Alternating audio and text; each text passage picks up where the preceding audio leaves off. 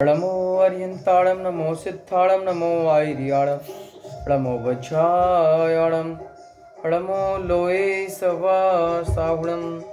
महावीर भगवान की जय।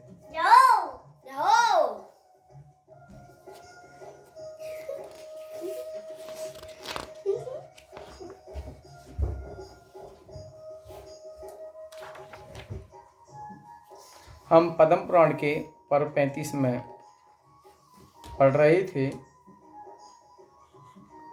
कि राम, सीता और लक्ष्मण तीनों वन की ओर प्रस्थान करते हैं। वो अनेक नगरों में जाते हैं, अनेक उपवनों में जाते हैं, वनों में जाते हैं, भ्रमण करते हैं। वहाँ पर अनेक प्रकार के लोग उन्हें से वो मिलते हैं, उनकी भेंट होती है। सब तरह के लोग होते हैं इस दुनिया में। कोई किसका क्या स्वभाव होता है, किसका क्या कोई स्वभाव होता है। हमने जाना कि श्री राम चंद्र जी जो कि एक वन में पहुंचते हैं और वहां देव यक्षिणी द्वारा एक नगर की स्थापना होती है और उस नगर का नाम रामपुरी होता है।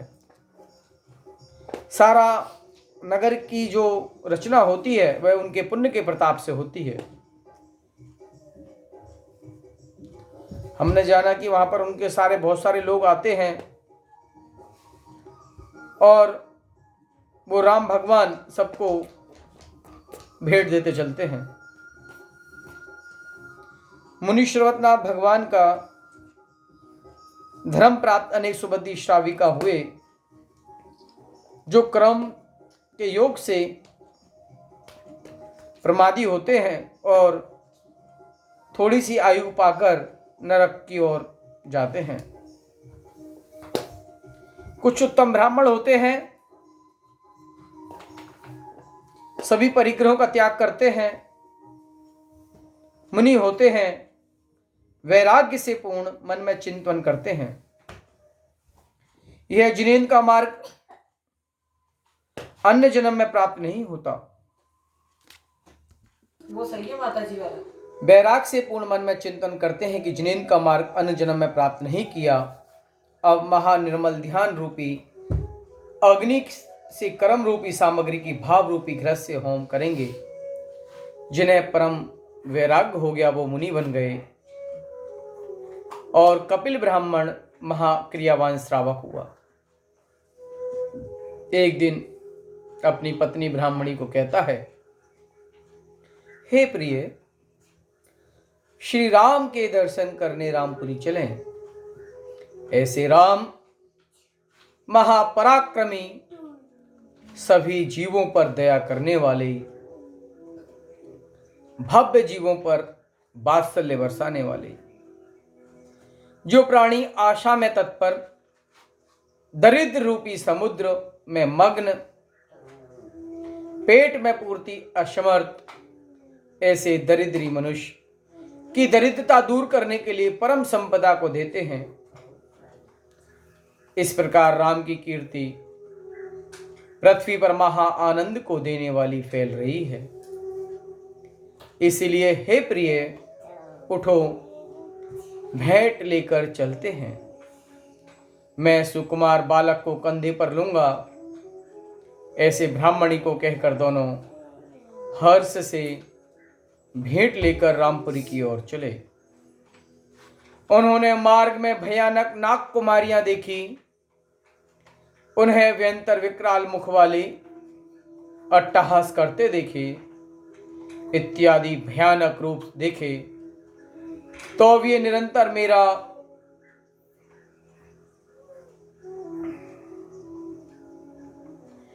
भगवान की स्तुति करते रहे। श्री जिनेश्वर भगवान को निरंतर मेरा मन वचन काय से नमस्कार हो। ऐसे जिनेश्वर तीनों लोकों के नाथ हैं, तीन लोकों में पूज्य हैं, वीतराग रूप हैं, कल्याणकारी हैं, संसार रूपी कीचड़ से पार उतारने वाले हैं। इस तरह की स्तुति दोनों पढ़कर चल रहे हैं। जैसे ही वह यक्ष उन दोनों को देखता है और जानता है ये तो जिनेन्द्र देव के भक्त हैं, जिनेन्द्र देव की भक्ति करने वाले हैं, तो वह यक्ष उनको परेशान नहीं करता है। जिनेन्द्र की भक्ति इतनी परम उपकारी होती है, जीवों के प्रति कोई भी व्यंतर, कोई भी ऊपरी बाधा उन पर असर नहीं कर सकती, क्योंकि यक्ष ने जैसे ही जाना कि ये तो जिनेन्द्र देव के भक्त हैं, जिनेन्द्र देव की वंदना करने वाले हैं, जिनेन्द्र देव की स्तुति करने वाले हैं, ये जिनेन्द्र भगवान को नमस्कार करते हैं, श्लोक पढ़ते हैं, तो यक्ष शांत हो जाता है। दोनों लोग जिनालय में गए, भगवान की प्रदक्षिणा दी, भगवान की स्तुति करी और महागुति गति को देने वाला मिथ्या उसे छोड़कर बहुत दिनों में आपका शरण ग्रहण किया।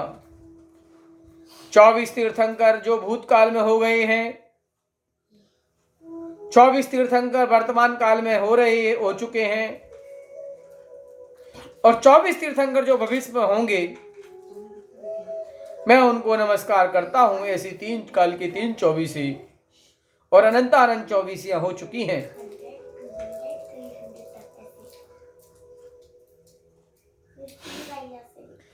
उनको मैं नमस्कार करता हूं। 5 भरत, 5 ऐरावत, 5 विदेह, ये जो कुल 15 कर्म भूमियां हैं, उनमें जो तीर्थंकर हुए हैं और होंगे और आगे होते रहेंगे, उन 5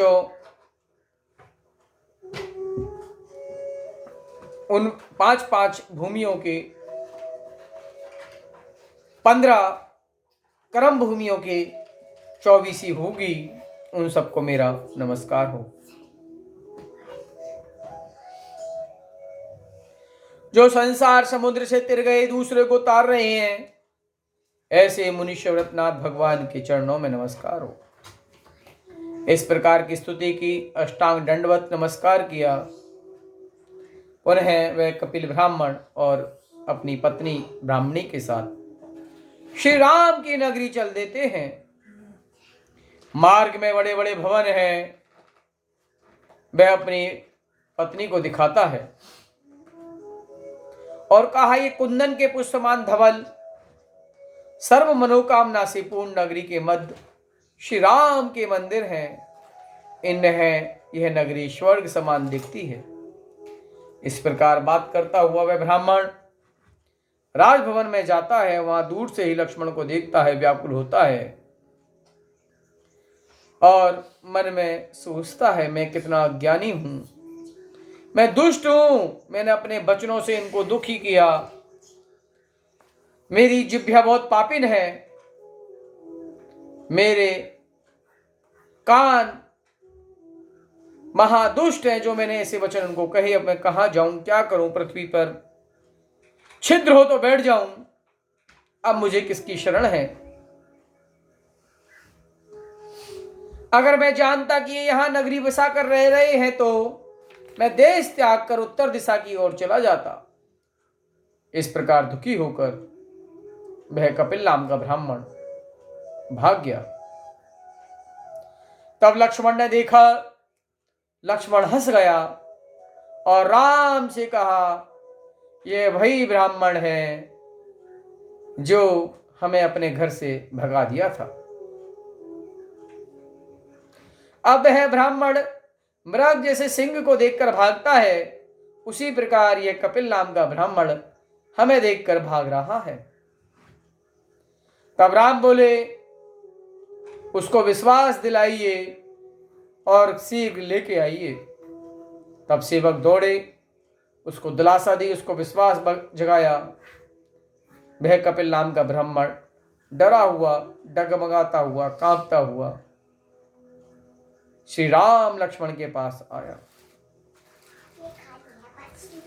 उसने अपना भय त्यागा, दोनों भाइयों के आगे भीट रखकर स्वस्ति ऐसा शब्द कहकर स्तवन किया। राम बोले, हे द्विज, हे ब्राह्मण, तूने हमारा अपमान किया था और अपने घर से निकालता है, अब हमें क्यों पूजता है? तब ब्राह्मण बोला, मैं आपको पहचान नहीं पाया, आप तो गुप्त महेश्वर हैं। मैं आपको मेरे अज्ञान के कारण नहीं जान पाया, इसलिए मैंने अनादर किया। जैसे राख में दबी अग्नि जगली नहीं जाती, परंतु वह अग्नि होती है। हे जगत के नाथ, इस लोक की यही परंपरा है, धनवान को पूजते हैं। सूर्य जो कि शीत ऋतु में ताप रहित होता है, तो उससे कोई दुख नहीं होता है। आप धनवान हैं, आप महापुरुषोत्तम हैं, आप कमल लोचन हैं। यह लोग द्रव्य को पूजते हैं, पुरुष को नहीं। जो धन से युक्त है उसी ही लोग मानते हैं। जो परम सज्जन हैं और धन रहित हैं, उनका लोग आदर नहीं करते हैं। तब राम बोले, हे ब्राह्मण, जिसके धन उसके मित्र, उसके धन उसके भाई, जिसके धन वही पंडित, धन के बिना न मित्र न भाई। जो धन से सहित है वे परजन भी स्वजन हो जाते हैं, और धन वही है जो धर्म से युक्त है। धर्म वही है जो दया से युक्त है। दया वही है जिसमें किसी जीव की हिंसा ना हो। सब जीवों के प्रति ममत्व हो, लेकिन वात्सल्य हो, लेकिन उनके प्रति हिंसा का भाव ना हो। तब अवक्ष का त्याग हुआ। मांस के त्याग के बिना अन्य त्याग की शोभा नहीं। यह वचन राम के सुन कपिल ब्राह्मण ने प्रसन्न होकर कहा, हे देव, आप सचमुच पूज्य हैं, महापुरुष हैं। उनका भी मेरे जैसे मूढ़ ज्ञानी लोग अनादर करते हैं। जैसे सनत कुमार चक्रवर्ती हुए, बड़ी रिद्धि के धारी महारूपवान, उनको देखने के लिए देव आते हैं। वह मुनि होकर आहार के लिए नगर में गए। महाआचार क्रिया में प्रवीण, सो निरंतर आहार प्राप्त नहीं हुआ। एक दिन विजयपुर नगर में निर्धन मनुष्य ने आहार दिया। उनके यहाँ पंचाश्चर्य हुआ, हे प्रभु, मैं मंदभाग आप समान महापुरुषों का आदर नहीं किया, इसलिए अब मेरा मन पश्चाताप रूपी अग्नि से जल रहा है। आप महारूपवान हैं, आपको देख महाक्रोधी का क्रोध भी चला जाता है। सभी आपके रूप को देख मोहित हो जाते हैं। ऐसा कह कपिल ब्राह्मण रोने लगा। तब श्री राम